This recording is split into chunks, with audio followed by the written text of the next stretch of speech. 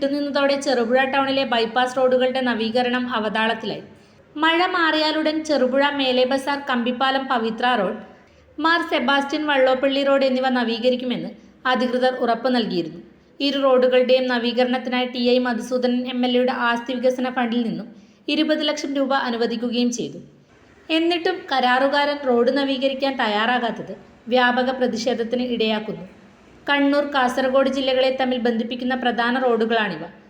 17 ദിവസം നീണ്ടു നിൽക്കുന്ന ചെറുപുഴ അയ്യപ്പ ക്ഷേത്രത്തിലെ അഷ്ടബന്ധ ബ്രഹ്മകലശ ധ്വജപ്രതിഷ്ഠാ ഉത്സവത്തിനും ഭാഗവത സപ്താഹ യജ്ഞത്തിനു മുമ്പ് ബൈപ്പാസ് റോഡുകൾ നവീകരിക്കാനുള്ള ശ്രമമാണ് അധികൃതർ നടത്തിയത്. എന്നാൽ ക്ഷേത്രത്തിലെ ആഘോഷ പരിപാടികൾക്ക് ഇന്നലെ തുടക്കമായി. ഇതോടെ അധികൃതർക്കെതിരെ ജനരോക്ഷം ശക്തമാണ്. 14-ന് രാത്രിയാണ് ക്ഷേത്രത്തിലെ പ്രധാന കാഴ്ചവരവുകളിൽ ഒന്നായ അരിമ്പ, ആയന്നൂർ, തവളക്കുണ്ട് ഏരിയ കാഴ്ച നടക്കുന്നത്. തകർന്നുകിടക്കുന്ന ഈ റോഡിലൂടെ വേണം കാഴ്ച കടന്നുപോകാൻ. ഇതിനു മുമ്പ് ബൈപ്പാസ് റോഡുകൾ നവീകരിക്കാനുള്ള കഠിന ശ്രമത്തിലാണ് അധികൃതർ. ഇന്നലെ രാവിലെ സ്ഥലത്തെത്തി റോഡ് നവീകരണ പ്രവൃത്തി ആരംഭിക്കുമെന്ന് കരാറുകാരൻ ഉറപ്പു നൽകിയിരുന്നതായി അധികൃതർ പറഞ്ഞു. ഇതിനനുസരിച്ച് ഉദ്യോഗസ്ഥരും മറ്റും സ്ഥലത്തെത്തുകയും ചെയ്തു. എന്നാൽ കരാറുകാരൻ എത്തിയില്ല. ഇന്നു തന്നെ പ്രവൃത്തി ആരംഭിക്കണമെന്ന് കരാറുകാരന് അന്ത്യശാസനം നൽകിയതായി അധികൃതർ വ്യക്തമാക്കി.